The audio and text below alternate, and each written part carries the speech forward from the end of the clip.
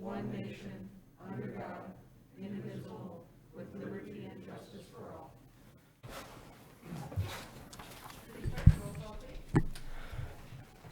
Commissioner Bonzal, Here. Commissioner Davis, Here. Commissioner Frazier, Here. Commissioner Schlegel, Here. Commissioner Stonehouse, Here. Mayor Pro Tem Hill, Here. and Mayor Smith. Here. Thank you. Commissioners, we have an agenda in front of us. Do we have a motion? And I think we may have an additional item to add to this. Commissioner Bonzo? I move that we approve the agenda as written. I apologize. What was the additional item? It is Mayor? this Michigan Township Tax Yes. Tribunal letter and resolution. Yes. I also approve, or I also motion that we add the Marquette Township Tax Tribunal letter and resolution as an item under new business. Okay, so that would be new business item number 8, is that correct? And then we would move closed session to number 9.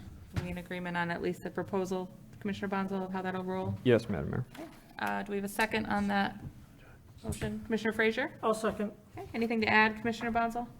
Nope. Commissioner Frazier, anything? Let's roll with the business. Okay.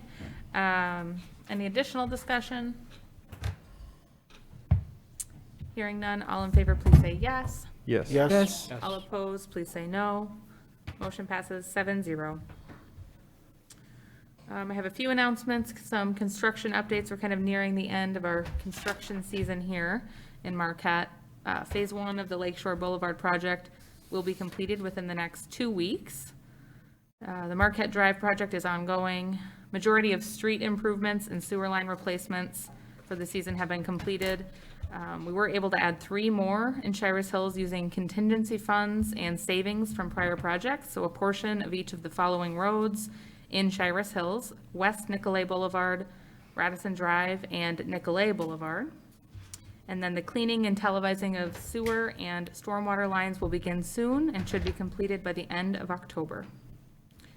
Brings us to public comment. Public comments may not exceed 3 minutes per person. Do we have any public comment, either written or on the phone this evening? There's one written. Perfect. We've got 1 written comment. City Clerk, whenever you're ready, please.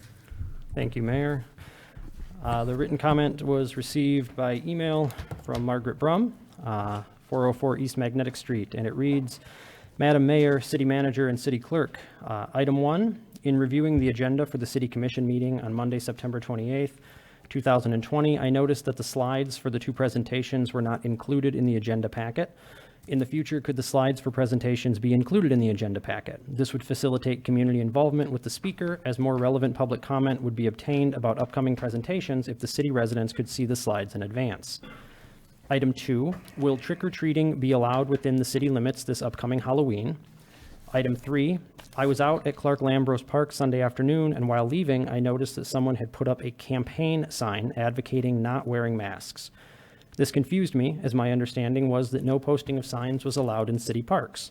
By the time I finished my drive around the island, the sign was no longer there. Please clarify the city policy on the posting of political signs or issue signs in public parks. Sincerely, Margaret Brum. And there is no one looking to speak on the Zoom call right now. Okay.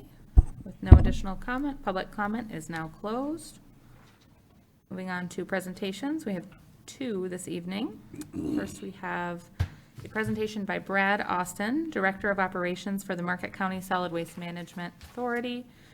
Brad is joining us to provide an update on recycling. Thank you to Brad for joining us this evening. And go ahead whenever you're ready. It might take a moment for the technology to load. If we can see the screen, I see Recycle 906. I'm guessing that's Brad, maybe? Good evening. Oh, you're on the phone. Okay, got it. Hi, Brad. Thanks for joining us. Thank you all for having me. Hope everyone is staying safe and healthy. Tonight, just wanted to give everyone an update on a few items regarding construction, and also received a couple of questions from the commission that I'll also answer this evening. Construction of the new facility is moving along. The equipment is being installed both for the single stream material that'll be collected and the glass processing equipment is also in the process of being installed. One of the things that we've discussed here, or we've gotten some traffic here at the authority, was regarding projected load acceptance for materials. As you know, there's been a elimination of acceptance of material at the authority in order to complete construction. So I wanted to let the city commission know that effective the 1st of October, we will accept residential glass. So if residents choose to bring it up to the authority, we will accept it. We do need material for the wet and dry test runs for the equipment. So we'll accept that from individual residents. Tentatively on the 15th of October, 10:15, we hope to be accepting single stream loads curbside, along with loads of glass from municipalities, i.e. drop off or curbside collection. We understand in our communications with the haulers and the municipalities that, you know, some of the glass options, whether it be curb or drop off, are a work in progress, but we want to advise everyone that tentatively around the 15th, we hope to be accepting loads. You know, with COVID-19 and the number of staff we have on site, of course, you know, there's everything really is tentative. We hope everything goes as planned, but we continue to be in contact with the haulers on a weekly basis, providing them updates. And in turn, you know, they're able to, you know, service those municipalities and get them to the authority on or around that date. On the education and outreach, I just want to let everybody know that we've got two great resources for the residents of the county. Recycle906.com was launched about a month ago, and we also have the Hartford County Recycling Guide, which was direct mailed a week or two ago. We've had about 11,000 hits on the website and a lot of return visitors, so traffic on that website is really good. We've got a lot of great feedback and questions from residents.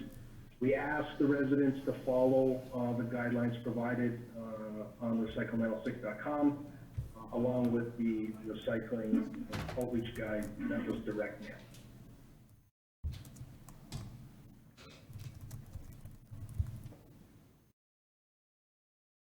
You still there, Brad? Yeah, I'm still there, and I guess at this point, I just wanted to provide, you know, on our end, just an update from the authority. I know there's some questions, and I guess I wasn't sure how you guys wanted to handle that. I see there's a few here that were really more geared towards the city regarding carts and regarding glass, and then a couple regarding, you know, assurances on materials being recycled, both plastic and fiber. So I'm not sure which direction or which questions will be answered first, but I'm prepared for questions 3 and 4. I sent some questions. That's Oh, okay. It sounds like Mayor Pro Tem Hill sent you questions, so we are not looking at these questions with you, Brad. I think that's why we're having a little bit of quiet time. We're going, what are these questions? If you want to go ahead and answer some of those questions, that'd be great.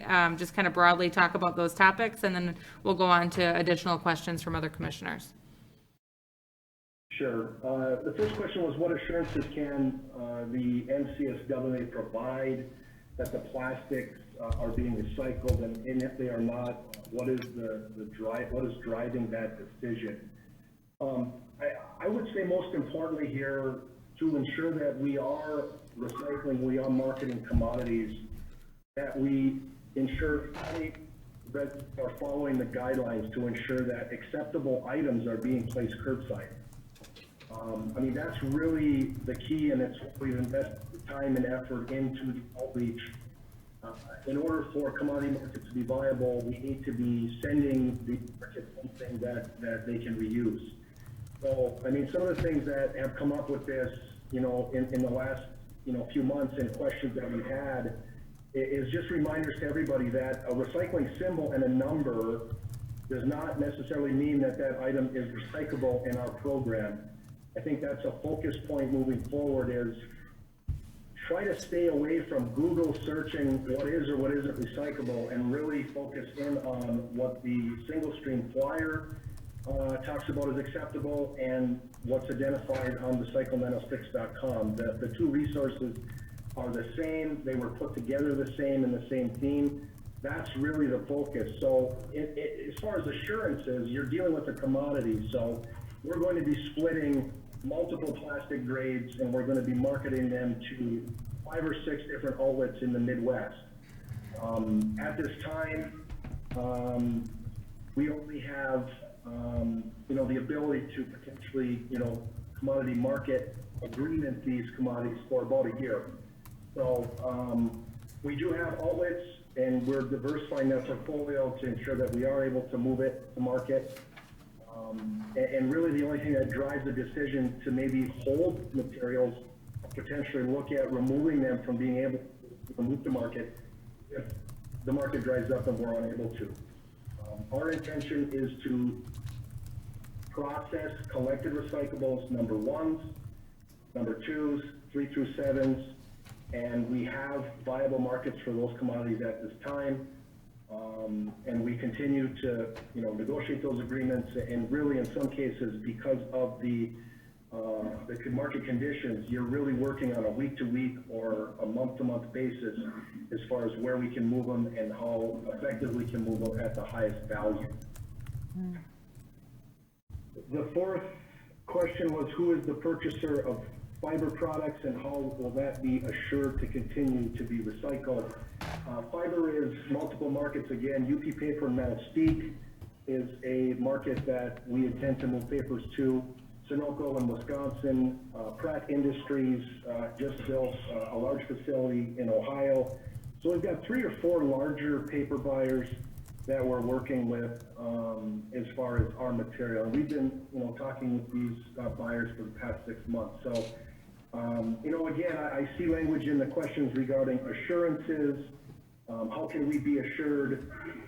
Again, first and foremost, place in the bin what is acceptable in the program, and we will do everything that we can to make sure we get it to commodity market.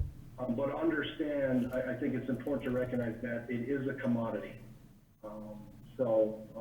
Hopefully that answers, and certainly I'd be glad to take any other questions. But those were the 2 that were listed in the questions that had come from Jen Hill.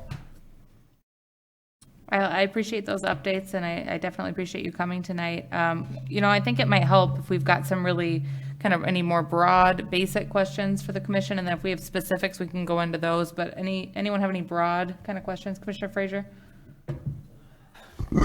Hey, Brad, Commissioner Frazier. Do you see the future, obviously you're just getting started with the glass again. Do you see in the future, like just adding it to the recycle bin eventually, after you kind of get the system down and stuff like that, just to help people and help the cities and communities, just make it easier to put it in the recycle bin? The other question was, the big styrofoam was a big object in the city. What about like the styrofoam containers from like, you go to the restaurant, get something to eat, and they put your food back in a little styrofoam container, just basically it's paper per styrofoam. I know big styrofoam is not recyclable, but what about those little recyclable containers? Just questions like that we get asked a lot and stuff like that. If you could answer those, would be great. Sure. Yeah, regarding glass and having it be source separate, I think, this was one of the points that, very early on, in order for us to create a product, and if we go back to even to 2018 when it was removed, and as we started to look at what the options were moving forward, in order for us to create a product that can be repurposed, whether it be in the concrete and asphalt industry, or utilize it for sand or for sandblasting, or potentially replacement in Portland cement, replacement of fly ash in Portland cement, we really need a clean feedstock. Not much has changed as far as the glass market goes. In order for us to take materials and move them to Milwaukee, it's at a very high cost. And as far as materials going back into the bin, remember that glass is, those characteristics are still the same. It gets crushed in the back of a truck, it pushes into the fibers, it pushes into the plastics, and those commodities then become less valuable. So here was a chance through some, what we understand is going to be some outreach and, continued education. But if we keep that material separate, there's something viable that we can use it for. And we can come back and show that story and say, hey, you know, if we separate it, here's what we can make. Perhaps we use it in a landscaping project in one of our municipalities. But unless it's separated, we don't have those opportunities. Regarding the styrofoam, and I didn't catch all the question, but the single-use items are something that, you know, are difficult to deal with. And I think you mentioned, you know, the options of going to paper. I think that's the key, you know, moving forward. However, you still have the food contamination issue, whether it's styrofoam or paper. So in a paper scenario, you would have a material that you could potentially put into an organics bin and turn it into topsoil. But you're not going to get away from or have the ability to recycle a styrofoam that has organics or food waste contaminants on it. I got you, Brad. I understand that. Now, it makes perfect sense. You know, basically, the styrofoam you get from the, you know, you go to the restaurant, get something to eat, and they put your food in a little container. If you get recyclable, but it could be recycled with the paper, but then, like you said, it's contaminated, and I agree with that. And I think it's good that you're looking at the option of giving it to, you know, aggregate people for blacktop or concrete, especially with the power plant at the island closing down. That was a big fly ash supplier, so that's something good to look at. And I hope you, I didn't think about that. I forgot that you were just crushing the glass separately. It's a good idea. So hopefully, eventually we'll get something figured out, and maybe we'll have to do like a separate container or something eventually, but we'll figure it out. I think it's good just at least to start. And I know all the, like the county and a lot of construction people are looking forward to try it out. So I think it's a good idea. Thanks a lot, Brad. Commissioner Schlegel? Thank you, Madam Mayor. Brad, thanks for the information. I think my biggest takeaway, I've got one simple question. If people have an extra bin because we're going single stream now, what can they do with that? Are they going to be able to bring it back? That's the only question that I've gotten about this, and get credit for it. What's the return policy there? And that's actually not a landfill question. That would be our own system. Send it in. I'm wondering if city staff might be able to answer that. Okay. Oh, there you go, Scott. Yeah, Scott, if you could help us out with that. I actually think I filled mine out correctly, but we're about to find out to do this very thing. Good evening. Yeah, I was just kind of waiting for Brad to finish up his end of things. And then, But we all want to know how it impacts us, so. Thanks, Scott, and thank you, Brad. all the city residents in their mail, their utility bill, get a stuffer that looks like this. And I think we probably finished up about a week, maybe 2 weeks ago with these coming out. So everybody should have one of those forms in their possession. And anytime you're wishing to make a change with what you have for carts, you simply fill out the form. These carts are really, in essence, just being rented. So if you're not going to be using 3 carts and you only want 2 carts, you turn one back in. It has to be clean, so make sure you hose it out first. But you turn it back in, and then we just adjust your bill accordingly.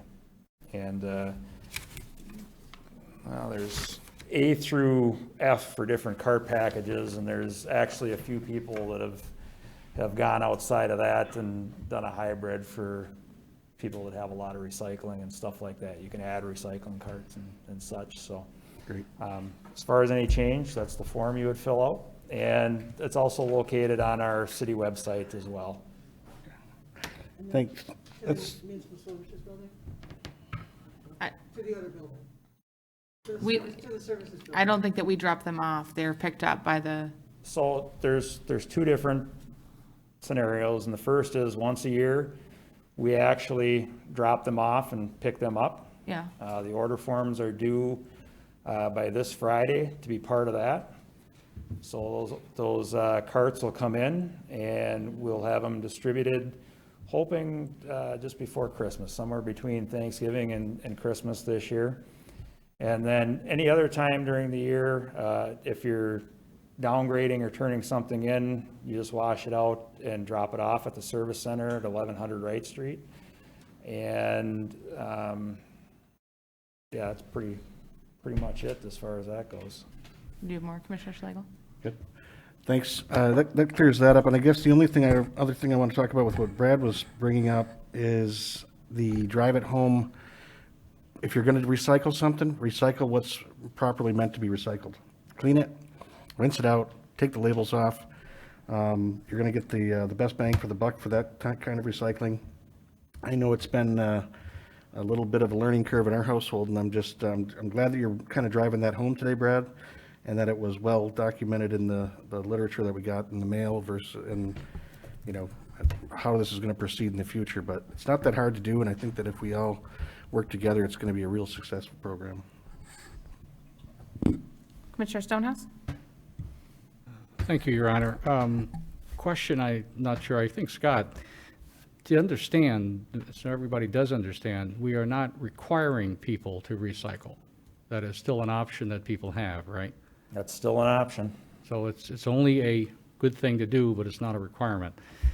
I would presume that those items listed on the bottom of the page as not collectible curbside for recycle or other material would be going into the green bags as we always have. On this flyer, I think, the yeah, one from the Right. county. Yeah, those would be items that would just be put in your green bag. Now, there are there's some things that don't potentially some of belong those, here. like the household hazardous waste. We have a special Right. collection for that. We host that once a month during the few summer months we have. But those items that would not be considered recyclable would go into green bags like we normally do. That's correct. Okay, thank you. Commissioner Davis? Yes, I'm going to go back to Brad, and, you know, on the educational flyer that you sent to the homes, I'm really pleased that you talked about being wish cyclers, because I'm assuming there are a good number of our city residents that are wish cyclers.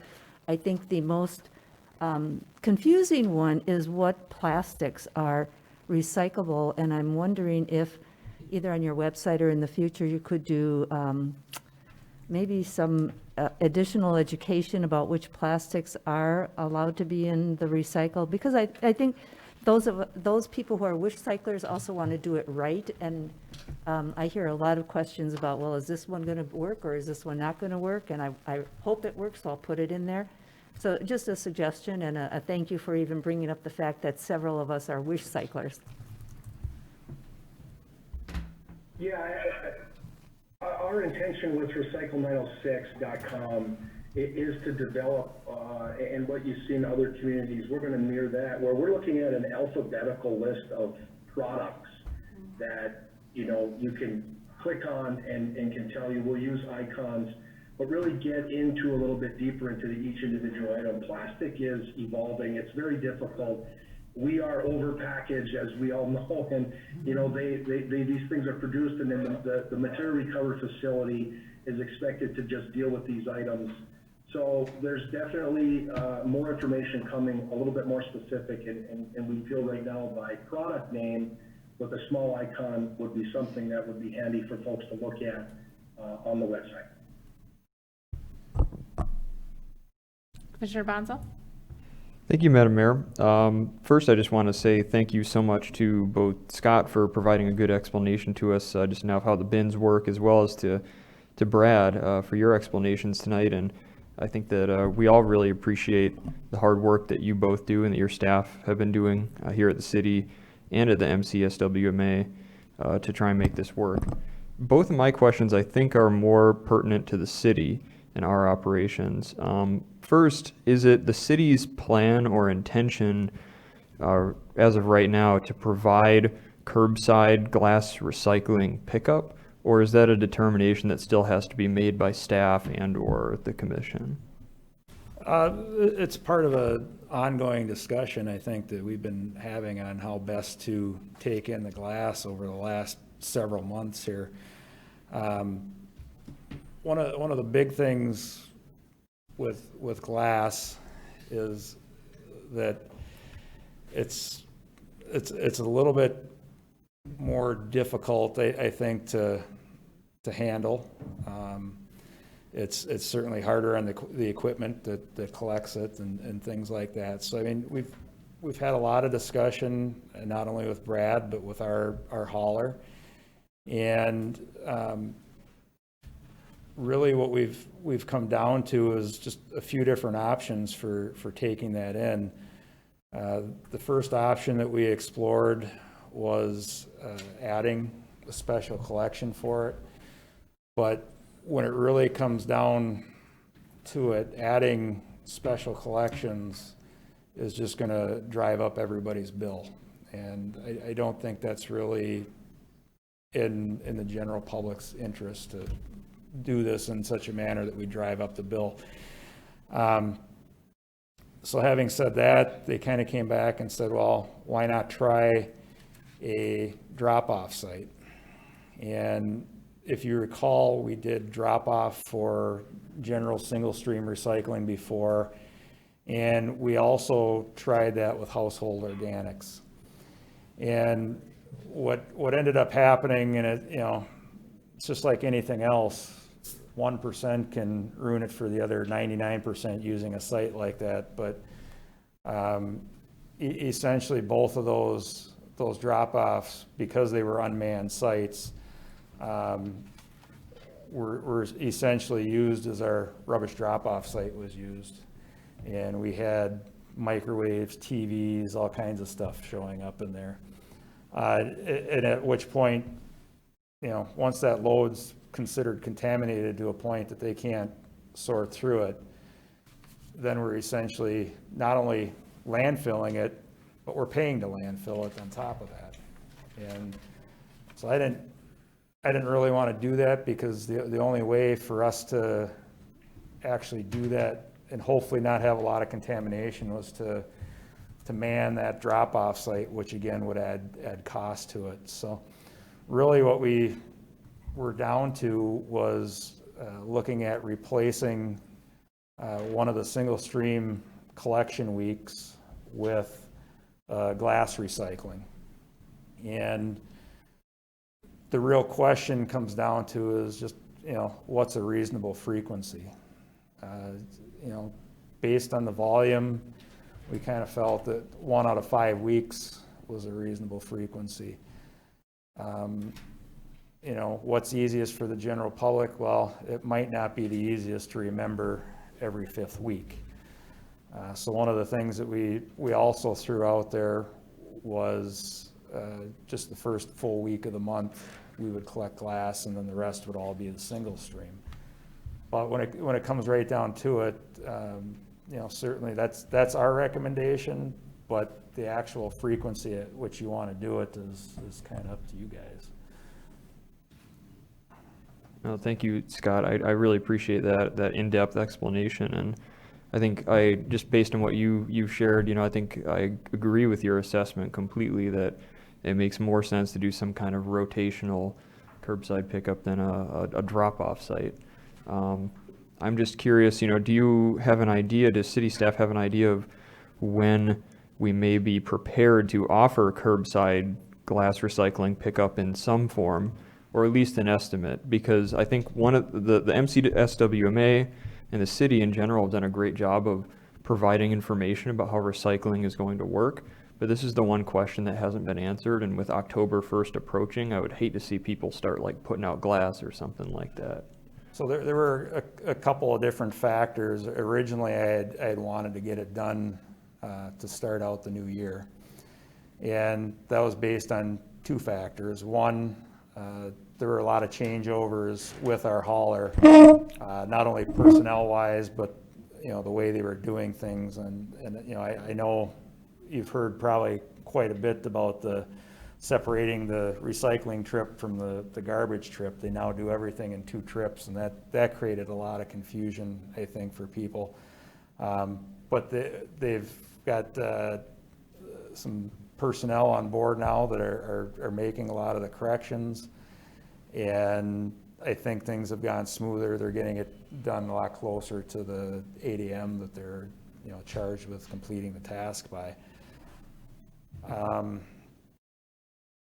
The second factor that I looked at was I wasn't sure that doing this when we were introducing carts for a lot of homeowners and changing over carts was necessarily the right time to do it. And that's really how I came up with, starting it in January. But, that's not to say that, if it was the desired direction that we couldn't move that up. Certainly, we could look at trying to move that up to first week in December, or possibly even the first week in November. And I guess the third factor was, you heard Brad talk about bringing all that new equipment online. Yeah, their goal is to have it at these certain dates, but through my discussions, I mean, their single stream sort was their main priority. Glass was going to be completed, that equipment install was going to be completed following the single sort install. So we, in my mind, I just really wanted to make sure that they were up and running and everything was ready to go for us. Well, thanks, Scott. I appreciate it and appreciate all your work. I just hope that everybody in this room, like all my colleagues and city staff, that we're all taking what steps we need in the next few days to get that message that you just shared out to the public. Because I do think there is some confusion right now, but I think there's still time. So, but thank you. Mayor Pro Tem Hill? Thank you both very much. And the questions that I had came from the public to me, because there's a lot of people, as Commissioner Davis said, who want to do the right thing and are eager to do the right thing and are awaiting direction. But then, also have these ideas in your head, and I really appreciate the advice to just go to recycle906.com and see what it says. That will be particularly for plastic and fiber, cardboard and paper.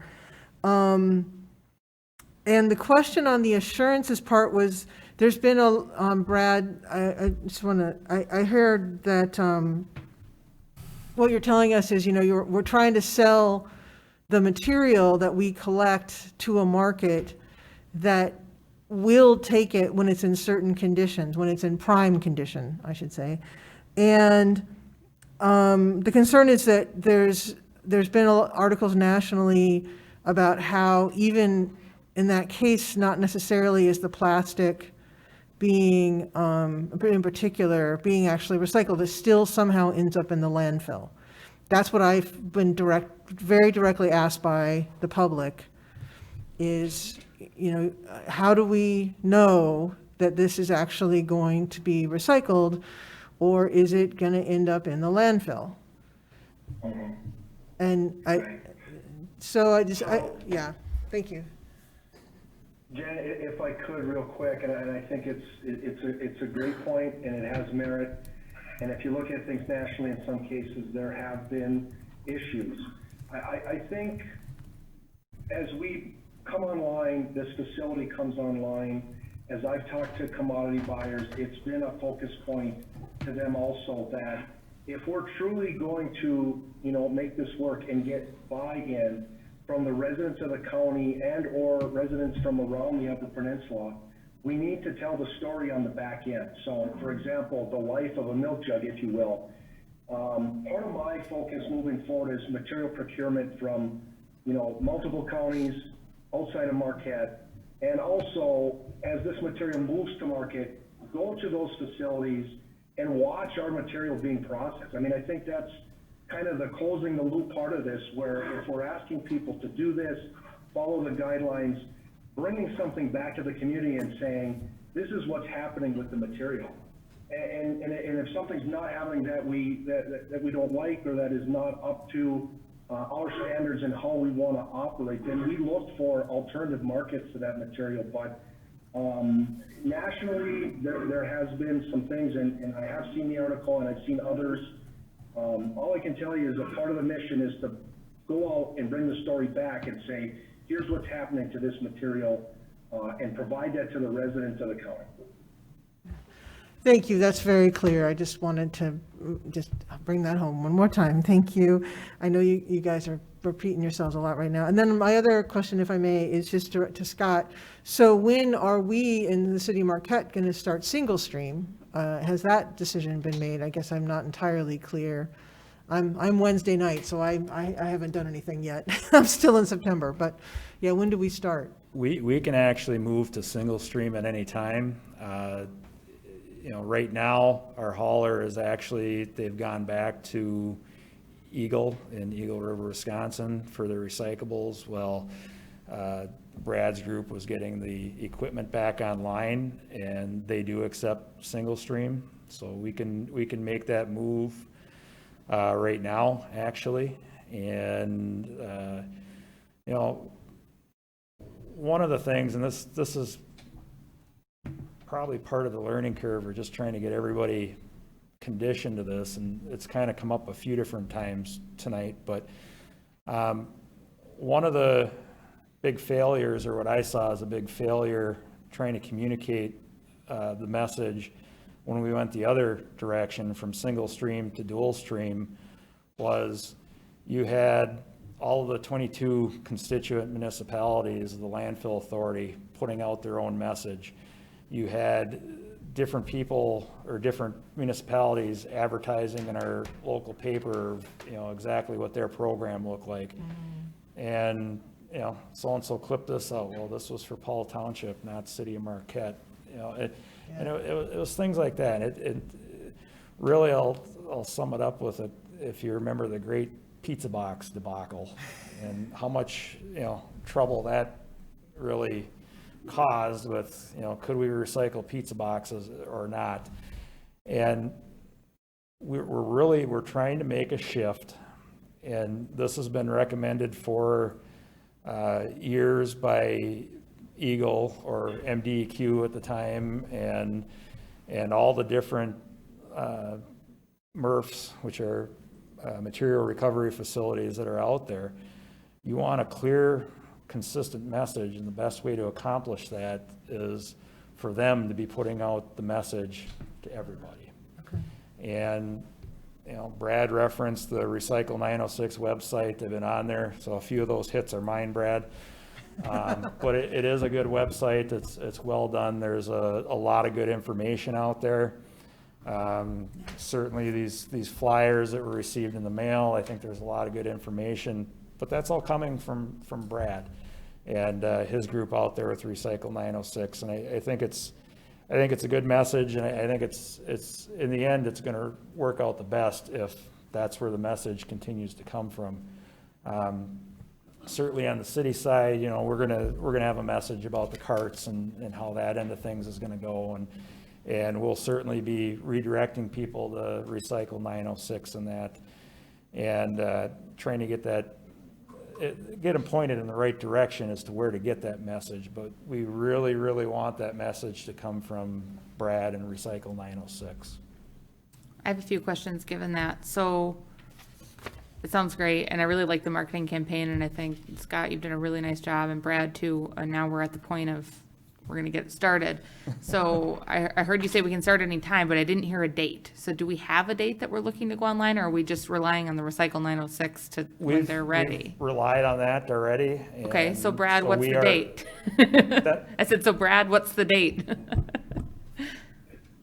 Okay, so, and Scott just alluded to this, and I think that's, you know, just one of the pieces here. The city of Marquette is, their hauler, Waste Management, has a facility that they can go to.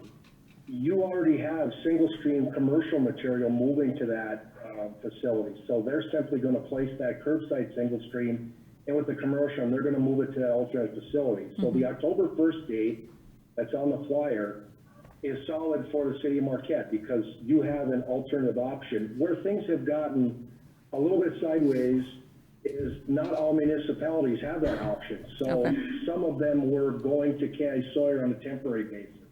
Some asked their residents to hold material. But for the city of Marquette, if you go to single on the 1st, you guys are good to go, because you have a facility that can handle it until we come online, and then those loads will start to come to us. And as I said earlier, hopefully on or around October 15th, so we can start collecting your data and really start taking a close look at your recycling rate and putting those data packages together to present to Scott and say, okay, here's your solid waste, here's your recycling information. So you guys are good. You can go now, October 1. And I guess I just, you know, and our hauler's ready for that and we're good to go, because I guess the worst that can happen, right, is someone puts out one or the other, but it doesn't really matter because it's still single stream, so that material is still gonna get recycled while they learn that habit.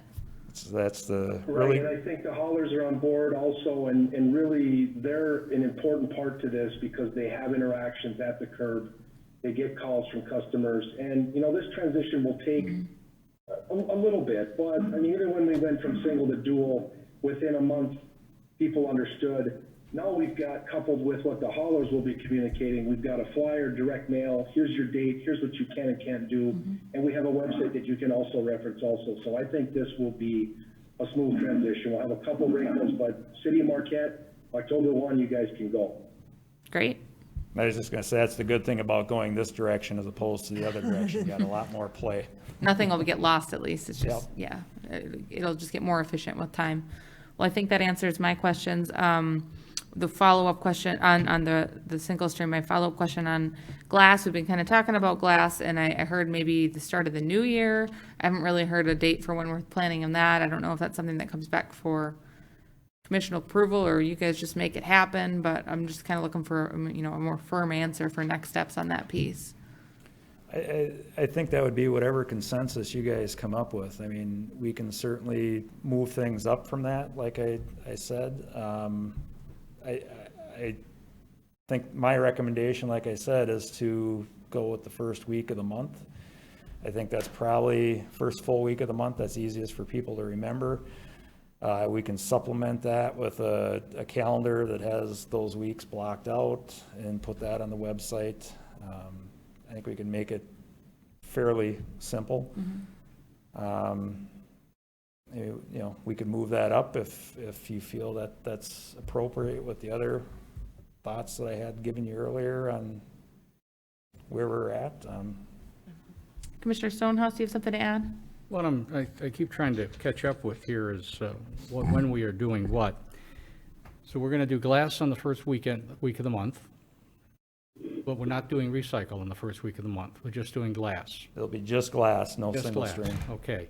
And do we do normal household refuge at that point? Your garbage will be the same every Same week. time? Yep, So then we recycle on the following, on every other week in the month? correct. Okay. Yep, Just wanted to be clear. that'll be your single stream recycling on the other weeks. Other weeks, good. Thank you. I like that proposal, and I think I'm seeing some head nods and things that it looks appropriate. So, I mean, I think, you know, as soon as feasibly possible, but I think we understand that there are other things at play too. So I certainly would like to make sure that the single stream can get off to a really nice start. So there's not a immediate need on the glass, but you know, sooner the better, at least from my perspective. Commissioner Frazier? Yeah, thanks, Scott, for letting everybody know that. It's good to know that we can move to a single stream. And I think give everybody a chance to see how, you know, how going back to the old style, see if they have, if one bin's enough, if they go with two bins, if, you know, like you said, like Paul asked, you know, can you return a bin? But I think it's good. October, a good way just to have everybody feel it out, see how it goes. And I agree that it goes up to the MRF anyway, and they do everything, so it's good. As far as the glass stuff, you know, I agree, first of the month, that's one option. The last week of the month is an option, you know, just thinking about it, because, oh, is this for, you know, what is first week, then the last week? That's just, you work it out. Then as far as I think I agree with you as far as, you don't want to drop off site, because unless Mike wants to hang out there and, you know, watch everything. But I remember Waste Management had that, and you had that, and it wasn't pretty, so I think, you know, like Fred said, an actual drop off, you know, at the pickup like once a week or something. Good idea. Maybe people want to get an extra bin just for glass, who knows, but we'll see how it goes. And I know it's an option you think about, you know, maybe start the first year, you know, maybe late, but it's, well, maybe see how, you'll talk to landfill and see how Brad's doing, see how the machine works, and then kind of go from there just to see, because I know their options right now are just sending it to the county and different ag people to recycle it, you know, into the road building, but won't be much road building this winter except for a little bit of concrete here and there, but it's a good option for them to, you know, play it out, you know, maybe work with them, maybe try one or two trips, see how it goes, and then, you know, just kind of feel it out, and then hopefully by, you know, next year, by January, you'll have figured out what's going on, so I have faith in you, Scott. Thank you. Mayor Pro Tem Hill, last thing, and then I think we got to wrap up this inadvertent work session we've had on recycling. Brad, on the glass from the residences, I did hear from one person who told me she had 2.5 years of glass in her garage. And so I'm sure, would you prefer that people call before they bring in the glass to come over? Or are there, and when do you expect a cutoff date on that individual sending in glass or coming directly to you to drop off glass? Jen, no phone call required. Okay. And if you're a Marquette County resident, you can deliver that material to us free of charge. So we will scale the resident in, and then we'll push them to the facility. And there is, I want to just make sure I heard you right, there is no deadline regarding the drop-off. That is always going to be in place as the municipalities work towards either drop-off or curbside. If those options aren't available, then the authority will always be a direct drop location for separated glass if the resident wants to utilize that option. Great, thank you. Thank you. Well, I think that we have had a sufficient update at this point. I appreciate you, Brad, for joining us, and for Scott for chiming in as well. And we've got some exciting changes coming up. Thank you both very much. Thank you.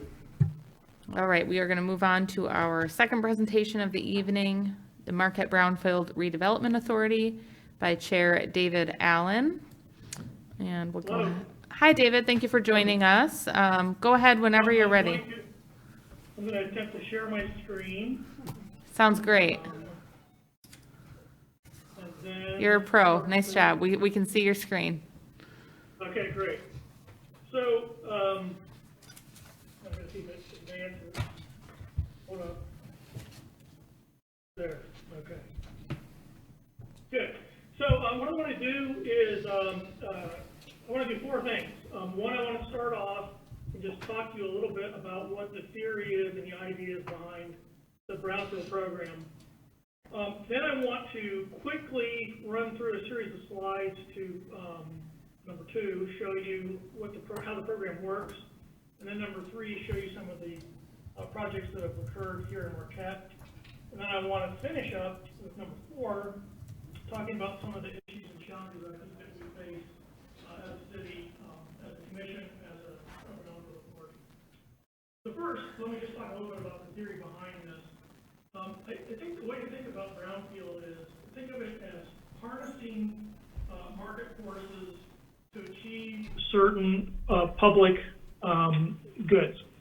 And what those public goods are things like, one, first and foremost, causing properties which are unlikely to be redeveloped because of certain kinds of problems that we're going to talk about, getting them catalyzed so that they move into a development mode so that the property value goes up. So that's the first public good, is increased property taxes from places that would not otherwise be developed.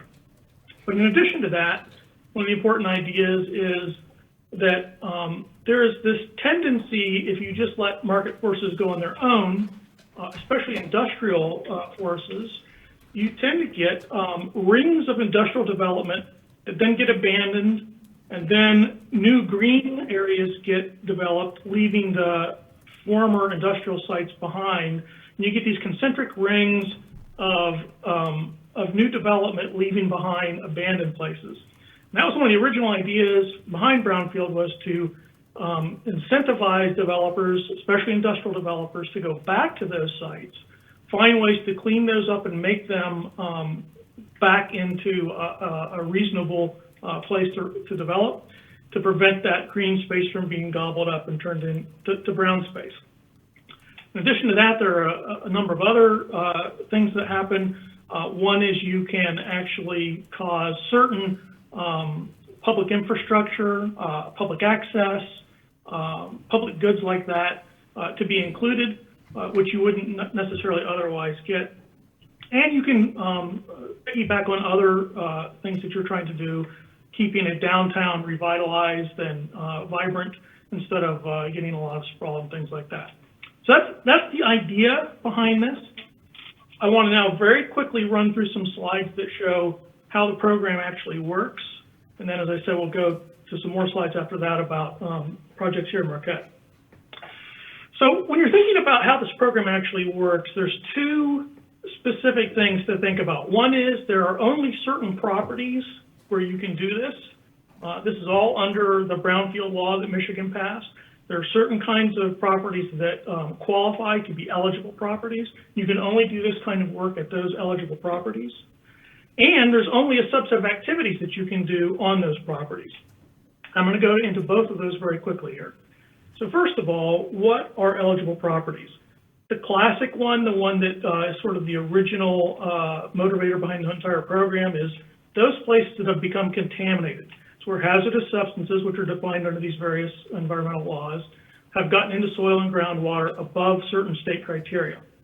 So once that happens, that means there's all sorts of liability and problems associated with developing. That makes them an eligible property. But in addition to that, even properties which aren't necessarily contaminated, but which have been declared a public nuisance, where utilities have been disconnected, that sort of thing, there's another kind of property that is eligible. In addition to that, a property can be functionally obsolete. Whatever the original purpose was, it's no longer available, and this thing's been abandoned for whatever reason. That also can be an eligible property. And finally, there are certain historically designated sites that can be eligible under brownfield. So all four of those are eligible properties, and no matter what causes it to be eligible, in order for it to actually be in the program, there has to be a brownfield plan under that state law, and the brownfield plan must be approved both by the MBRA, so the board that I'm on, the authority that I'm on, and by the city commission. So both of those things have to happen under an actual plan before you can move forward. Now I want to talk about, on those kinds of properties, what are the kinds of things that are eligible to be covered by these brownfield mechanisms, which I'm also going to describe in a moment. And there are two big categories of those, environmental activities and non-environmental activities. Environmental activities are the ones that you normally think about for contaminated properties where you have contamination problems, but there are additional ones that are the non-environmental, which I'll describe in a moment. On the environmental, there are baseline environmental activities. This is where you sort of figure out what has happened to contaminate the site. Phase one, you look at historical uses, figure out what might have gotten into the soil and groundwater based on those uses. If you find those kinds of historical processes, you then actually go out to phase two, sample the soil and groundwater to confirm that those substances are present. If they are confirmed to be present, you then document the timing of the contamination and the purchase history to see about liability issues, because liable parties are restricted from what they can do compared to parties that are not liable. So it's a very important thing to figure out at the beginning. Once that's all figured out and you are looking to actually do something, any developer or owner has to be concerned about due care activities. And what this means is you have to come up with plans and documentation about how you're going to prevent exposure. So wherever the contamination is now in groundwater or soil, you want that to go somewhere else, surface water, fish and wildlife, people, etc. So you want to figure out a plan and document how you're going to prevent that exposure from happening and how you're going to prevent the contamination from getting any worse. That's all required. Part of that figuring out also can lead to real action on the ground. That can be things like contaminated soil removal, barriers between groundwater plumes and surface waters, for instance, or between contaminated soils and areas that are going to be used by people and other kinds of controls. All this action can also lead to additional response activities or cleanup activities, the thing you normally think about as a Superfund kind of thing. Those kinds of actions can also be required to protect human health and the environment. So that's environmental eligible activities. Now let's talk quickly about the non-environmental eligible activities. So this is in addition to the sort of cleanup ideas. If it's an old site that has asbestos or lead, you can do abatement of lead and asbestos. That's an eligible activity on these properties. There can be actual demolition of structures that need to be torn down. That can be covered. In those places like Marquette that are a core community under the brownfield law, so Marquette is one of those, one such place, you can also do things like this, site preparation. So site preparation itself can be included as a brownfield eligible activity. And again, in core communities, infrastructure. So, roads, utilities, moving buildings for development purposes, economic development purposes can all be done as part of a brownfield activity. Now, if you have the properties, the eligible activities, and the brownfield plan, what is the brownfield actually doing to catalyze this sort of development?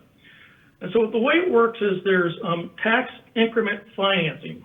And so what this is you start with, whenever a brownfield plan becomes approved that year, there's a base level of taxes, of property taxes, of taxable value on the property.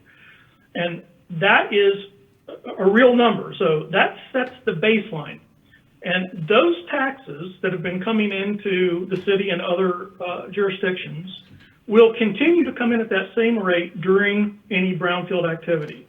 So the taxes that have been coming in will continue to come in at that same rate. But then, when the brownfield catalyzes this development on the property, it increases the property value, and from the investment that developers do, so the property taxes go up. The developer pays for these actions, which are eligible activities, which would have prevented the development in the past. The developer then, once the property value goes up after he takes those actions, there's increased taxes that are paid by the developer or owners, and those tax payments are captured by the Brownfield Authority and used to pay for those brownfield eligible activities that I just went over. So if it fit under the plan, it's one of those activities, it's one of these sites. Those increased tax payments above the base are going to pay off those activities. Then, for 5 more years after all of those activities are paid off, the Brownfield Authority continues to collect those increased taxes to go into the local brownfield fund, which is a revolving fund which can be used to further catalyze some of these same public ideas that I talked about at the beginning, to catalyze actions which would not otherwise occur without the revolving fund. Then, after those 5 years, the increased payment plus the base goes to the city and the other taxing jurisdictions. Here is a chart which shows you what that looks like. If you look very quickly, this is just a chart which shows time on the x-axis, so 2018 out into the future, and it shows taxes collected on the y-axis up to $0 to $75,000, and this is what's happening over time. The orange at the bottom is that baseline that I talked about at the beginning. So in this case, 2018, the plan gets approved. The amount of taxable value at that time is cordoned off for the entire time and continues to come in as it did before. The blue on the left is the increased property value and increased taxes that come in because of the investment developers make.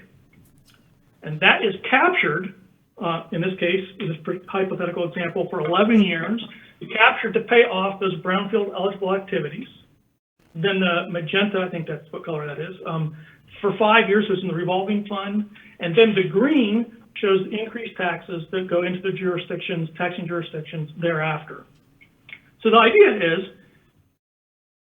in theory, none of the blue, magenta, or green would have happened were it not for the fact that you convinced developers to do the development because they're now able to tackle these extraordinary expenses. And you get the green that you wouldn't otherwise have gotten, but you do have to wait until the blue and the magenta is done. So that's how the TIF works. So I'm going to quickly now transition. That was the second part. The third part's going to be what we've actually been doing here in Marquette. I'm going to go through this pretty quickly. Here's who we have on the board right now. We have one vacancy. We have an ex officio treasurer, Mary Schlett, and we have our assistant city manager, Sean, as our liaison. Before I go to the project, this is a very important point. The financial obligations are all dictated by development agreements, and these set out the terms and conditions for tax capture and reimbursement. So this is between city, brownfield authority, developers, et cetera. Sometimes it gets fairly complicated. That's all done upfront ahead of time. 2 important points about that. In all cases, the brownfield authority's obligations are only up to what is actually captured by taxes. So until the taxes actually come in and are captured, there's no getting beyond that. There's no obligation beyond the taxes that actually come in. And second, I think this is important for the city, in most cases, the bond issue payments take the top priority for the captured taxes. So in other words, those bond issue payments get paid first, and then some of the developer obligations next. There can be, complicated modifications of that, but that is generally the case. Okay, here are the projects that I want to go through. This is the third part of the presentation. Again, I'll try to go through this quickly. This is Founders Landing, what it looked like before. So we're looking, the downtown area, south of the ore dock, east of downtown. This is sort of what it looked like back at the end of the sort of industrial era, if you will. What's happened since then, under brownfield plans, is a series of developments. First, looking at parcel 1 and parcel 3A. These are 42 condominiums and an 84-room hotel, the Hampton Inn, which is a $21 million investment and resulted in 39 full-time jobs. In addition, at Founders Landing is the large building that I'm sure you've all seen, One Marquette Place. You can see on the figure on the left, and sort of in that figure, the upper left side is One Marquette Place, where it is in the map, the diagram. The figure on the lower right shows you what the building actually looks like. This has got underground parking, 68 apartments, and was a $21.2 million investment. Also at Marquette, or Founders Landing, we have 2 and 3 Marquette Place. 2 Marquette Place will begin in 2020, and then 3 Marquette Place and 1 Marquette Place extension. So where these are, if you look on the figure on the left, the extension to 1 Marquette Place is, on the figure on the left, is to the right on the upper side. 2 is on the lower right, and 3 is on the lower left. If you look at the figure on the right, you're now looking from the lake. 1 Marquette Place is the large building on the right. The extension is towards you, towards the lake. 2 is just to the left. 3 is just to the left, and 2 is behind that, further away from the lake. And that's what the whole complex will look like when it's finished. There'll be these 3 buildings with parking in between, and you can see the Hampton Inn just to the left on that figure on the right. In addition, the Founders Landing Brownfield plan captures taxes which are paying for, providing revenue for the pier redevelopment, which includes 45% from state tax capture. And here you see what the pier looks like before on the left and after conceptual drawing on the right. Now moving to another project, this is Liberty Way. So now we're on Washington Street at the old bread factory. This is what the site looked like before. And here's after. You've got UPHP building on the left, upper left. You've got the M-Bank building on the right. And then down below you can see what the whole complex looks like. Here we have an estimated $11 million in property taxes over 30 years and the creation of 213 jobs. Next project is the Nestle Down Bed and Breakfast. And so this is before and after. So now we're on Lakeshore Boulevard near Picnic Rocks. This is the old Lakeshore Foundry. This is a $1 million investment, opened in 2015. All the brownfield activities have already been paid off at this one, and $25,000 has already gone into the local revolving fund, including $5,000 from state capture. And finally, this is the largest project that we've undertaken. This is the Duke Life Point hospital replacement. This is what the site where the new hospital is now, what it looked like before. And before I show you after, just some quick figures. $330 million facility opened on June 2nd, 2019. It's a 37-acre medical campus, 525,000 square foot hospital, 315 beds. It's also a 90,000 square foot office building. And then the TIF in this case also pays bonds for the new municipal service center over on Wright Street and the US 41 roundabout. And so this is what that looks like. If you look on the upper left here, here's the municipal service center over on Wright Street, new building that being moved came from TIF payments. Down below, you see the roundabouts next to the hospital on 41. And on the right, you see the hospital, hospitals in the foreground, the office buildings just behind it. This was a very large project. $37 million were covered in brownfield eligible activities, everything from environmental services to public infrastructure and the location of that building. The location of the building was the largest single item at $18 million. The most important thing, though, is the original plan estimated that the investment would be about $170 million. And with a $170 million investment, the plan estimated it would take 25 years to pay off the brownfield eligible activities with the TIF, which would take us through 2041 from when it started. The actual investment ended up being more like $330 million, so there's a much higher TIF. So we're now estimating that the reimbursement will only take 12 years, which will take us through 2028. So it's very good news that we're going to get to that place where the money comes flowing back into the city and other jurisdictions much more quickly than originally planned. A quick note, this is another complication that affects some of the other authorities and you as commissioners. There are other authorities that use TIFs. So the Local Development Finance Authority that you established in 2014, the Downtown Development Authority that you established in 1976, both have their own kinds of TIFs. And the LDFA can affect properties in many places throughout the city. The DDA affects properties in that DDA downtown district. And what that means is if somebody wants to use the brownfield TIFs to get over these humps for these brownfield authorities, we have to enter into interlocal agreements between the LDFA, DDA, and MBRA to allow the brownfield to capture so that we can pay off those extraordinary costs to allow the development to occur. And we've already done this. The first project where we did this was the 231 West Patisserie, which is the bakery on Washington Street near downtown. And so we think this will happen again, and it's been very smooth so far, but it's an important thing to keep in mind. We have several quick just accomplishments that I've already alluded to, but specifically in this 2019-2020 year, we got the parking facility financing in place, did a budget amendment for the Fairfield Inn and the townhomes, that's again Founders Landing closer to the old Beefaroo, and the Fairfield Inn state work plan, the brownfield work plan under the state law was approved. The 231 West Patisserie, again on Washington near downtown, that work plan under the state law was approved. And we made a presentation on the Founders Landing site that I showed you at the statewide Brownfield Conference, and that was very well received. In 2021, we're expecting that there'll be continued work on 2 Marquette Place and the parking facility that you saw earlier, the 3 Marquette Place, that additional building, Fairfield Inn, which is close to the Beefaroo, and the townhomes in that direction. We'll start seeing work on the Upper Peninsula State Bank, which is the old Burger King that's on Washington, a little bit further out from downtown. We'll start to see work on the Customs House, which is the building just north of Founders Landing, which will sort of complete that whole development of Founders Landing towards the downtown.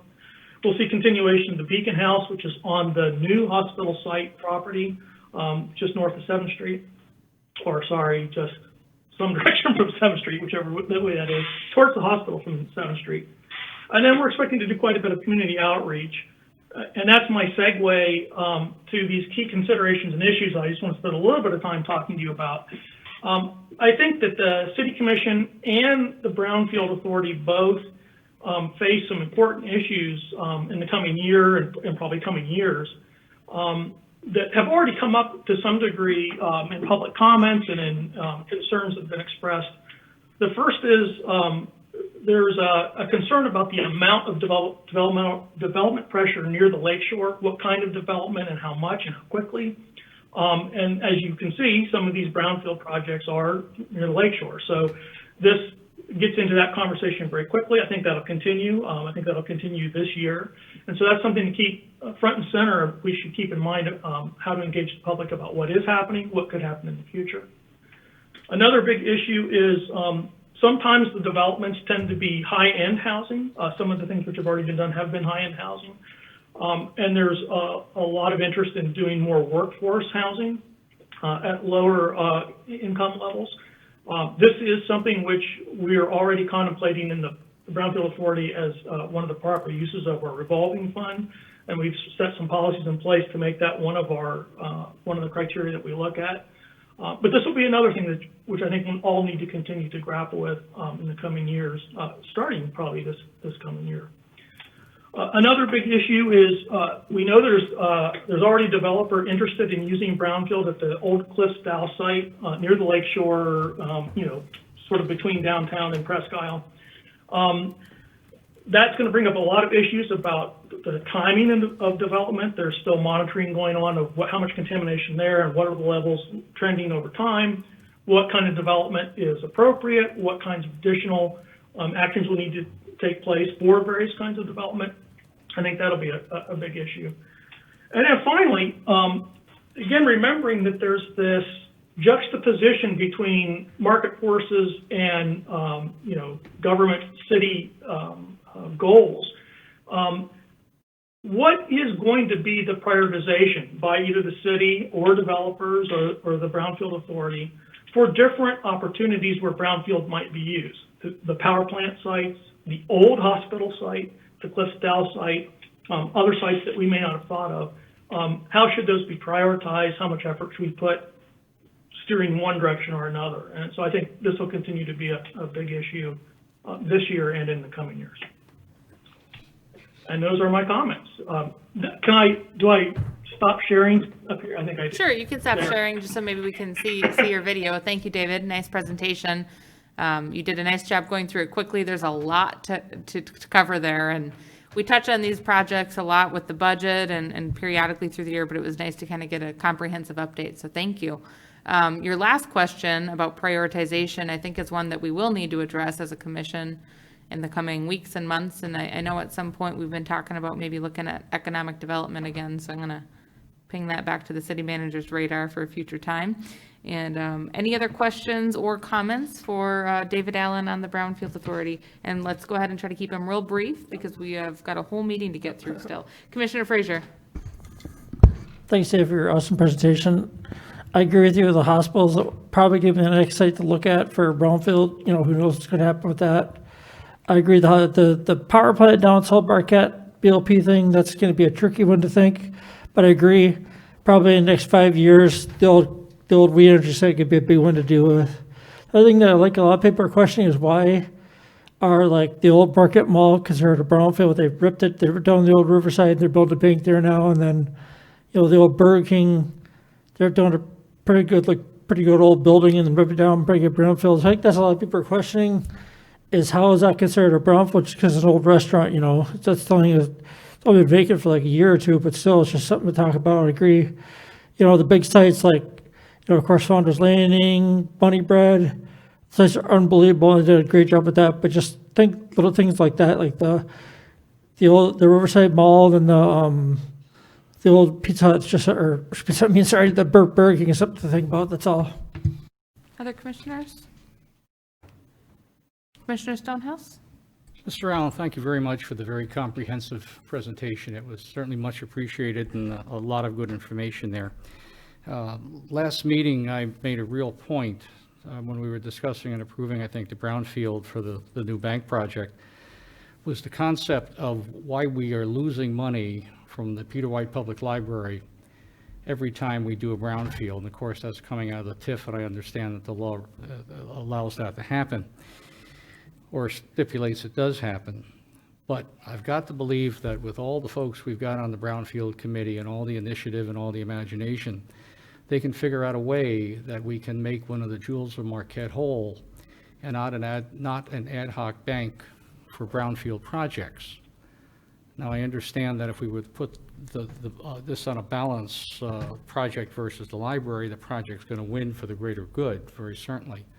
But we have to have a way of making the library whole, perhaps by declaring it to be part of the public benefit of the project and then reimbursing whatever expenses are coming through might be a concept.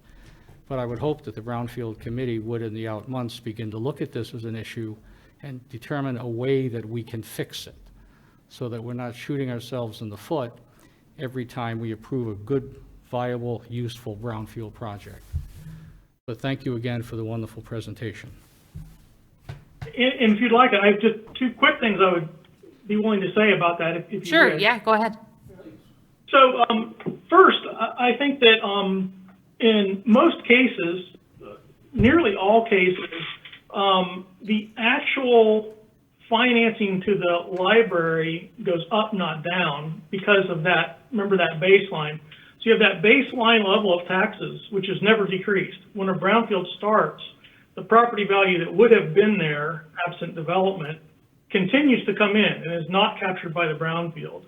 And then, after a certain amount of time, much more money starts to come in, including to the library, than would have otherwise. So I agree that from the library's perspective, it might be even more advantageous to have all the additional come in even sooner.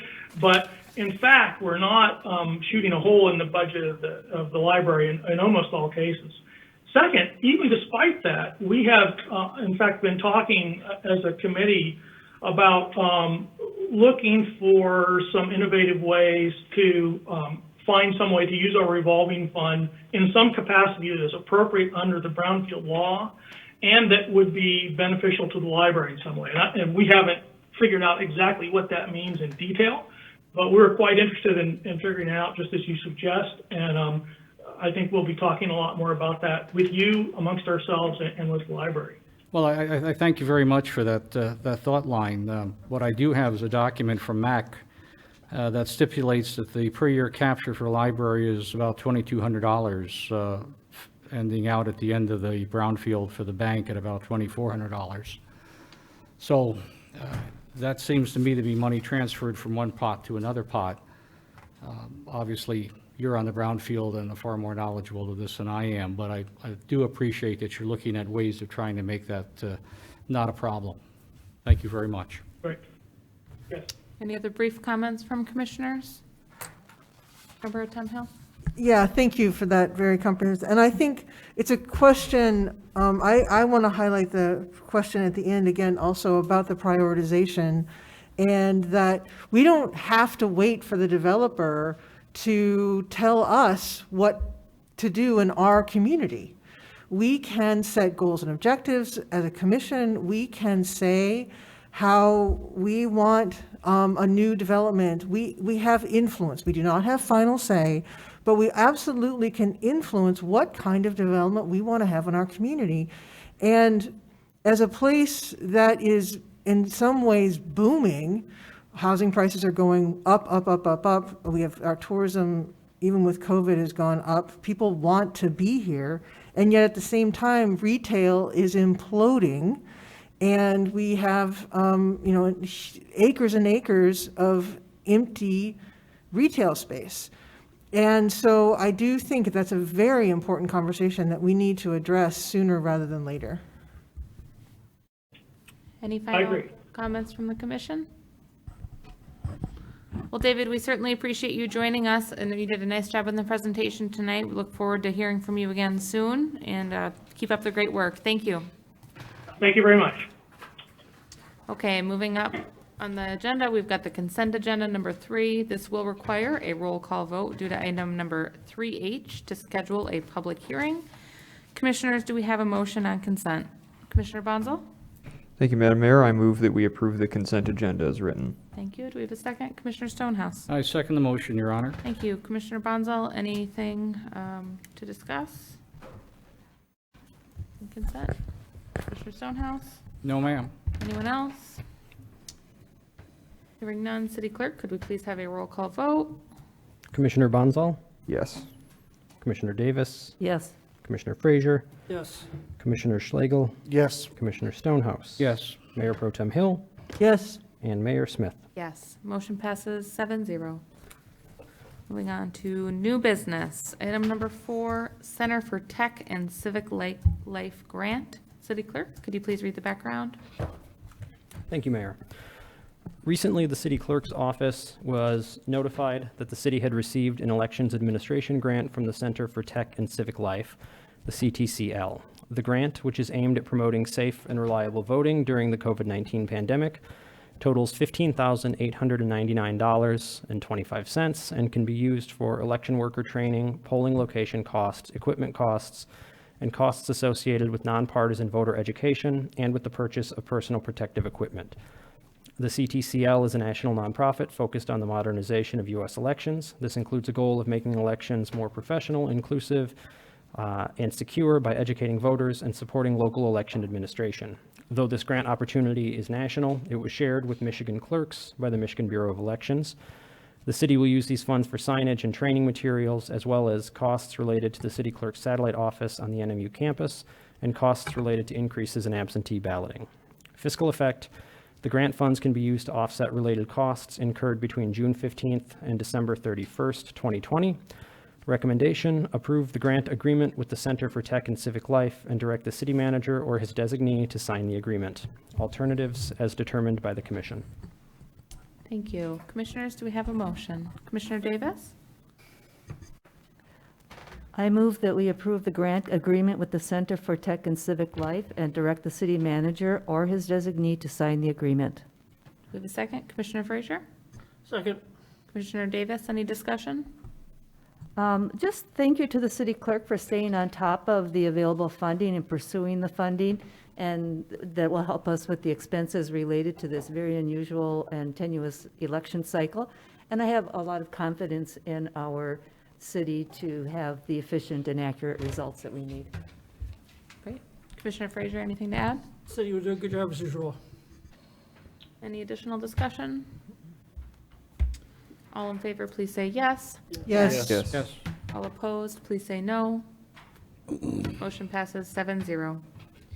Item number 5, budget adjustment fiscal year end 2020. City Clerk, could you please read the background? Thank you. According to state and local laws and regulations, the city should complete each fiscal year with a budget in which actual expenditure amounts do not exceed budgeted amounts.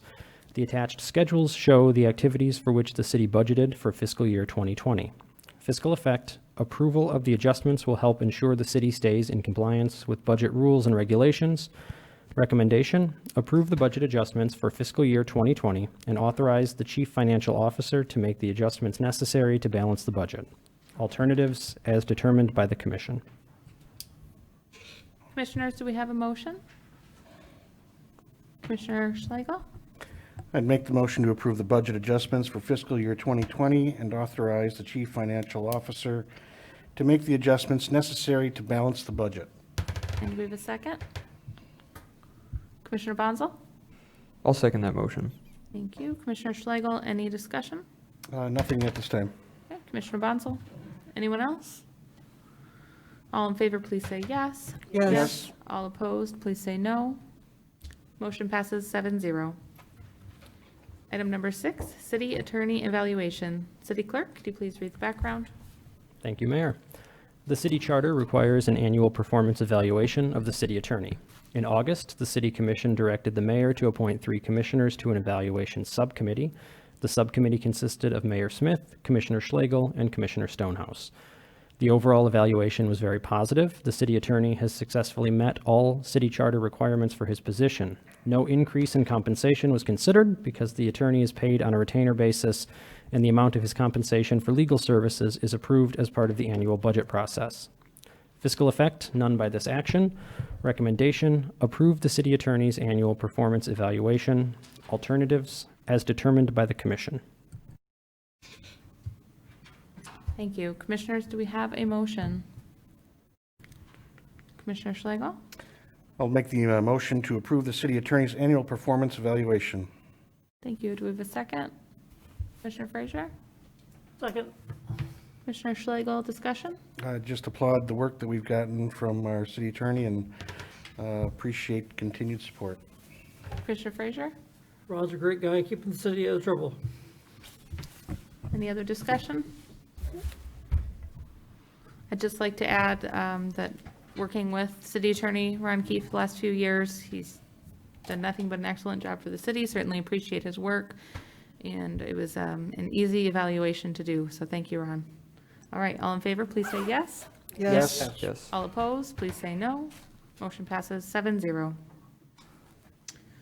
Number 7, city manager evaluation. City Clerk, could you please read the background? The city charter requires an annual performance evaluation of the city manager. In August, the city commission directed the mayor to appoint 3 commissioners to an evaluation subcommittee. The subcommittee consisted of Mayor Smith, Commissioner Schlegel, and Commissioner Stonehouse. The subcommittee met to review the city manager's performance and compensation. The overall evaluation was very positive. The manager has successfully met all city charter requirements for his position, and the majority of the city commissioners awarded him the highest rating in all other performance categories. The subcommittee recommends no salary increase at this time because of budgetary constraints imposed on the city by the current economy. However, the subcommittee recommends a potential wage reopener in early December or when the state budget is set. Fiscal effect, the city manager's salary of $124,480 per year is included in the fiscal year 21 budget. Recommendation, approve the evaluation subcommittee's recommendation to continue the city manager's contract with a salary of $124,480 per year and direct the city attorney to prepare an amendment to the current contract with an effective date of October 1st, 2020 for the commission's review and approval at its next regular meeting. Alternatives as determined by the commission. Commissioners, do we have a motion? Commissioner Frazier? I make a motion to approve the evaluation subcommittee's recommendation to continue the city manager's contract with the salary of $124,480 per year and direct the city attorney to prepare an amendment to the current contract with an effective date of October 1st, 2020 for the commission's review and approval of the next meeting. Do we have a second? Commissioner Stonehouse? I second the motion, Your Honor. Thank you. Commissioner Frazier, discussion? Mike's doing a great job. He's willing to share his paycheck with the commission. Commissioner Stonehouse, any discussion? I can't find words that would, I think, adequately describe the wonderful job that Mr. Angeli has done for this city and this commission. He has been extraordinary in a time of extraordinary stress and extraordinary events, and he continues to be so as we continue to move through. COVID-19 obviously comes to mind, but being the city manager of a city like Marquette is just extraordinarily difficult, and he does it with grace, he does it with style, he does it with humor, and I just cannot really say how well he's done. Thank you for the opportunity. Other commissioners? Commissioner Schlegel? Yeah, I'd be remiss if I did not chime in, especially with COVID, how everything has gone this year, working with the city commission as a whole, keeping us overly informed as much as possible. You know, to say it was perfect, I wouldn't go that far, Mike, but you're doing a hell of a job. Thank you for everything that you've done, and keep up the good work. But you know, it's a real credit to staff and to the city manager for how we've dealt with such an amazing event such as COVID, and I just wanted to express my gratitude. Commissioner Bonsall? Thank you, Madam Mayor. Yeah, I also want to echo the same comments that have been made on the previous item about our city attorney, as well as this item about the city manager. I think they're both doing a good job. And I also want to thank you, Madam Mayor, and also my colleagues, Commissioner Schlegel and Commissioner Stonehouse, for your work on the evaluation subcommittee and for the opportunity to provide some input. So thank you. Any other commissioners? Well, I'd just like to add that, you know, working with Mike the last few years, he's done an incredible job. I have a few of the notes from the eval, some of the highlights. Top of the list was managing Marquette in a pandemic, still ongoing, and it's an incredible task, and he's doing an excellent job. Getting the recreational marijuana ordinance through, which I think we've kind of forgotten about now, at least in the task of doing business, because it's not something that comes up irregularly, but there was a time when that was a difficult item to be working through. Continued sale of city property for development and all of the nuance there, and continued work on Lakeshore Boulevard stabilization and the Lakeshore Boulevard project, including a work session that we had back in January, and keep looking at that, and now he's having a balanced budget, which he does in conjunction with his staff. So thank you, Mike, and we certainly appreciate the work you do, and we're glad to have you. All right, so all in favor of the motion, please signify by saying yes. Yes. Yes. All opposed, please say no. Motion passes 7-0. Okay, so at this point, we will be moving into a closed session. Oh, no. Number 8. Tax tribunal, we added one. Sorry about that. Okay, so item number 8. This is the Marquette Township Tax Tribunal Letter and Resolution. This will require a roll call vote. Commissioners, do we have a motion on this item? Commissioner Davis? Background? You want to do the background? Oh, yeah, thank you. City Clerk, could you please read the background? This is one that was, we added just today, so. Thank you, Mayor. Governor Whitmer has reappointed Victoria Enyart to the Michigan Tax Tribunal. Prior to her retirement, Victoria Enyart was a key factor in many tax tribunal appeals, which favored the big box stores, and was instrumental in allowing dark store valuations to persist in Michigan. It is estimated that municipalities in Marquette County have lost approximately $2.8 million in tax revenue since 2009 due to these decisions. Municipalities in Marquette County have stated their opposition to this appointment by signing on to a letter written by Lynn Durant, Marquette Charter Township Supervisor, and by passing a resolution officially opposing this nomination. The City of Marquette was asked to join in opposing this appointment by signing on to this letter and passing a resolution. Fiscal effect, none. Recommendation, approve the resolution opposing the appointment of Victoria Enyart to the Michigan Tax Tribunal and authorize the Marquette City Commission to sign the resolution and the Marquette Charter Township letter to this effect. Alternatives as determined by the Commission. Thank you, City Clerk. Thank you, Commissioner Schlegel, for the reminder on the background. All right, so Commissioners, do we have a motion on this item? Commissioner Davis? Yes, I move to approve the resolution opposing the appointment of Victoria Enyart to the Michigan Tax Tribunal with a slight variation. I would like to, on page 2, paragraph 2, I would like to strike the language, quote, "is not competent to render decisions on Michigan law," unquote. And then further, authorize the City Commission to sign the resolution and the Marquette Charter Township letter to this effect. Thank you. I'm just making a note here, and after I do that, do we have a second on that motion? Commissioner Bonzo? I'll gladly second that motion. Okay. Commissioner Davis, discussion? Only that I'm happy that we are taking a look at this resolution. I'm happy to support it and joining the other municipalities in Marquette County to oppose this appointment. Commissioner Bonzo? Thank you, Madam Mayor. Yeah, I think that it's very important that we're passing this resolution. I was pleasantly surprised to see it on our desks here, and something that we're adding to the agenda tonight. Certainly disappointed to see Victoria Enyart being reappointed to the Tax Tribunal, given her critical role in formulating the dark store tax loophole, which has cost millions and millions of dollars to municipalities all across the state. I was also disappointed to see the State Senate Committee on Advice and Consent move forward with recommending her reappointment. So hopefully this will make some difference in Lansing. Thank you. Any other commissioners? Commissioner Stonehouse? I would, Your Honor, I just find it interesting that she was originally appointed by Governor Schneider and has been a Republican and has been reappointed by, Governor Whitmer, a Democrat. That's a little odd. Typically, you tend to follow party lines on that. But I certainly support this 100%. You are not the first person that I've heard that observation from, Commissioner Stonehouse. Mayor I Pro Tem can Hill? comment on that.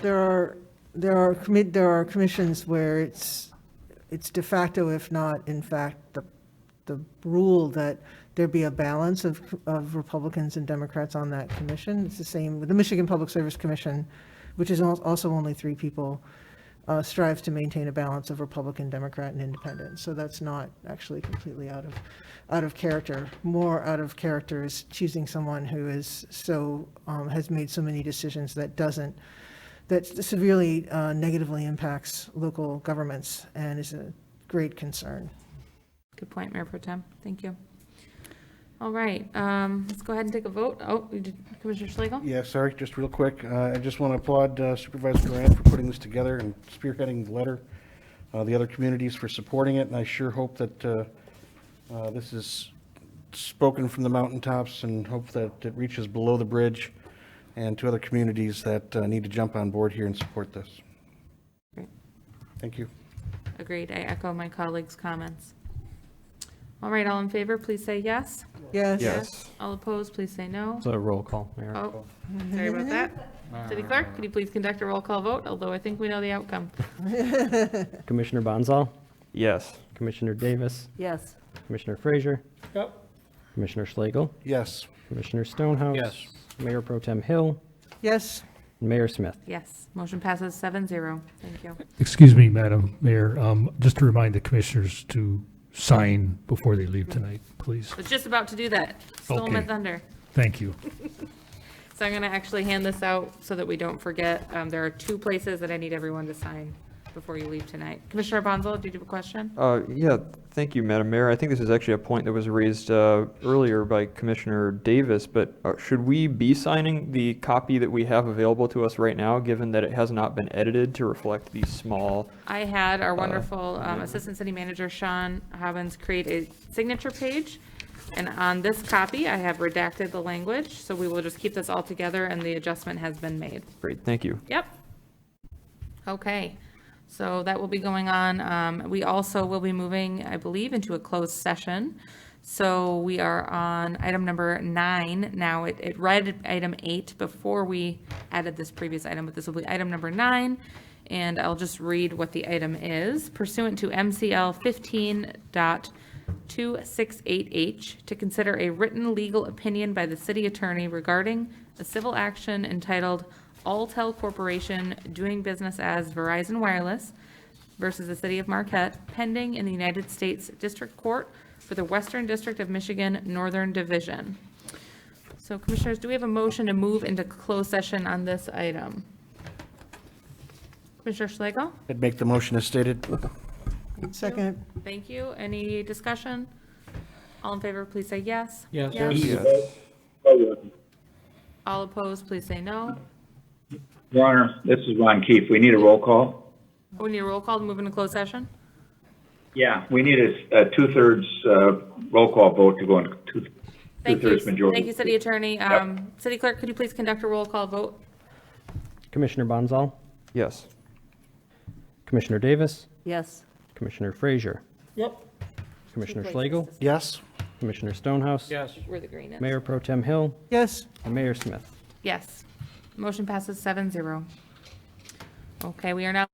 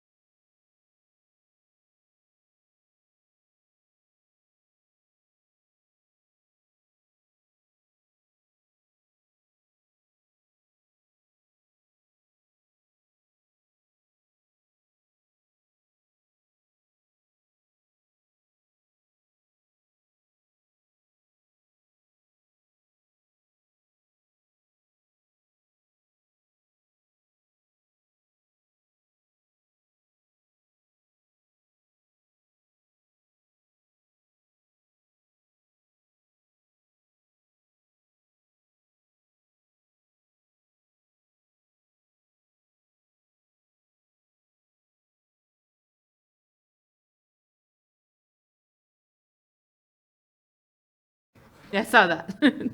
Thank you, City Clerk. And when we return into open session, I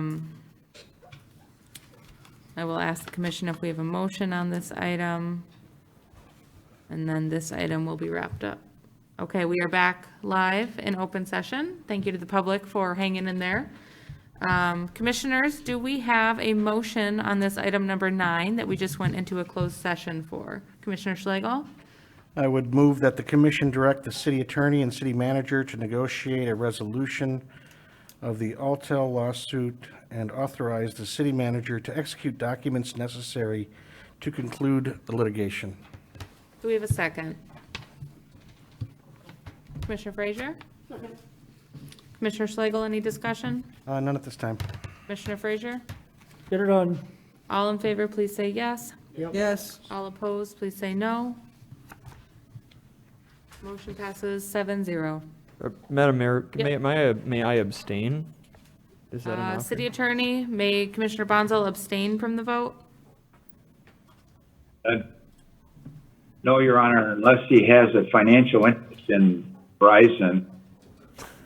I do not. I'll vote yes in that case. Okay, thank you. I'm sorry about that. So to clarify, motion passes 7-0. I'm sorry, I didn't hear a no, so I hadn't made that assumption incorrectly, but we are at a 7-0 at this point.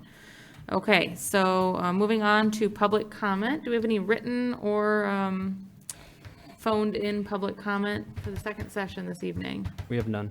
Okay, seeing none, public comment is now closed. Brings us to comments from the commission. Up first, we have Commissioner Davis. Okay, I just would encourage voters to become engaged and informed about the November election and know that the absentee ballots can be dropped off at the drop boxes here at City Hall and at the Service Center, and also that there will be a satellite office at Northern that will open October 5th. I want to also remind people that this Wednesday, there's a candidate forum for the City Commission starting at 6:30. And I want to thank the Public Arts Commission for the bike path art. I think there's a lot of us in the city that are enjoying it. And it's nice to see their first project be so well received. And finally, I'm very pleased that the city was able to squeeze the budget a little so that some of the roads in Shiras Hills had some attention and were fixed. Thank you. That's it. Great. Commissioner Stonehouse? Well, I think we accomplished really quite a lot tonight, Your Honor. Particularly getting finally the recycle program off and running. I think the public is going to like that, enjoy it. It's a great step forward for the city of Marquette. And remember, elections coming up.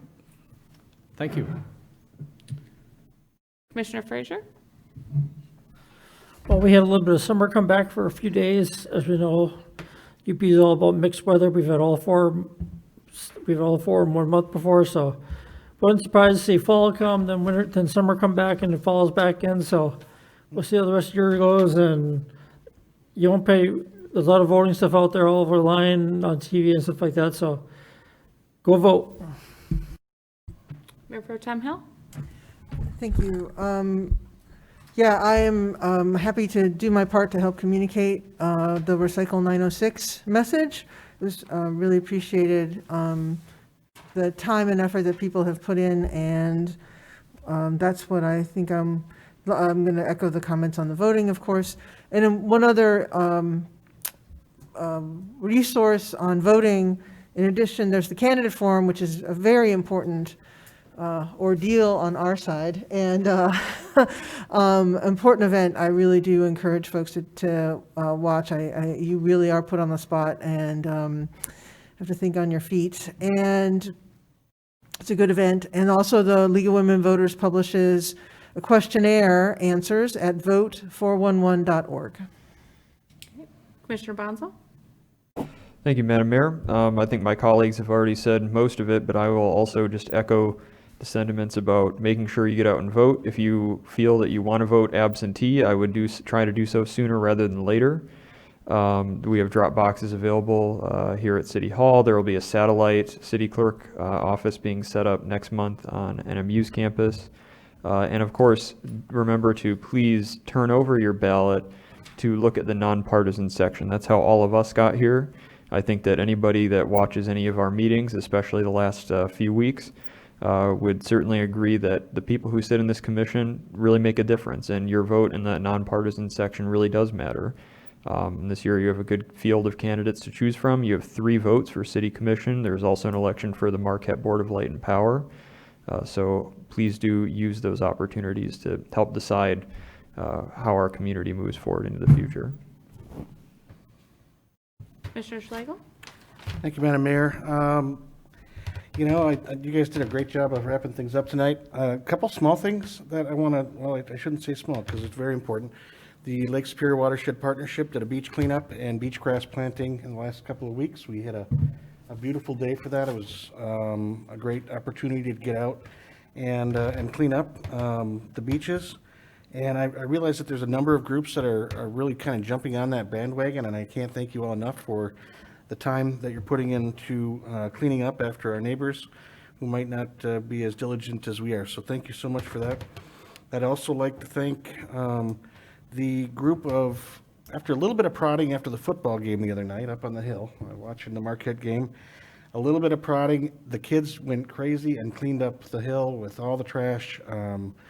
You know, that's not the school's property, at least not all of it is. I think some of it belongs to the Tourville, and I want to thank the Tourville ownership for allowing us to sit up and watch the game so we can safely social distance and be a part of the sporting event that's going on. So that's very nice of them to allow us to use that space. Thank you. And to respectfully clean up after we're done is something that I want to make sure, if your kids aren't watching this tonight, make sure that you remind them that that's private property and that they need to be a part of the answer and not the problem up there. So I want to thank all those people that took the time to clean up after the last couple of football games. Other than that, you guys did a great job on bringing up the other items. Thank you very much. Have a great night. Thanks. I think my cohort here covered things pretty well. The one thing I wanted to add is that most of us are attending the Michigan Municipal League virtual convention this week. Was slated to be in Mackinac Island, but you know, unfortunately, we're going to be watching from our Chromebooks and iPads and participating as we can. But this is a really nice chance for leaders from across the state to connect, learn from each other, hear from a wide array of presenters. And some of the topics that will be covered are an update from the governor, update from the Secretary of State, conversations around racial justice, lakeshore scenario planning, state and federal legislative updates, and of course, COVID-19. So all of those are pretty hot topics, and I know we'll be talking about them, but I think we'll be learning a lot and able to bring that back to our future conversations. That brings us to comments from the city manager this evening. Thank you, Madam Mayor. Very quickly,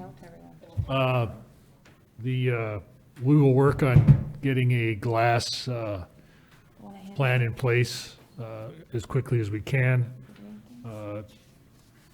leaning towards the first week of every month, first full week of every month for the collection. I think that's the consensus I've heard from the commission tonight, and that's what we'll work towards. Along those same lines, it's a little early, but brush collection is coming up. That will be the last week in October. With compost the following 2 weeks. Schedules are being sent out in the bills now, so people will be aware, and I will remind us or you as we get closer to that. To answer one of the questions from one of the commenters or one of the writers in the campaign signs, where are they legally located? Well, under city ordinance, they have to be on private property. I think, as we all know, they just kind of show up just about everywhere. We do try diligently to remove them from areas where they're not supposed to be. Right now, our enforcement person, we do not have one, but if staff sees one in a city right away or someplace where they're not supposed to be, we generally grab it. And I'll tell you a dirty little secret. If you lose a sign, just look behind the dumpster outside the police department. That's where we stack them all up. So they make they make nice targets for practicing shooting and stuff, so you can put stuff on them. And then lastly, with regard to trick-or-treating, county managers are meeting weekly to discuss many things, but mainly we focus on the COVID situation. But we are taking an approach as a community, as a county, to trick or treating, and going to be working on a policy plan process that I think all of us are going to follow in order to not create a situation. For example, if Marquette doesn't have trick or treating and Negaunee does, everybody goes to Negaunee. So we're trying to come out on a unified front as to how we're going to deal with that, and hopefully I'll have that within the next 2 weeks. So that's all. And lastly, thank you very much for your kind comments and your reviews of me this past year, and I really appreciate it. Thank you. We are adjourned at 8:28 PM. Thanks, everyone.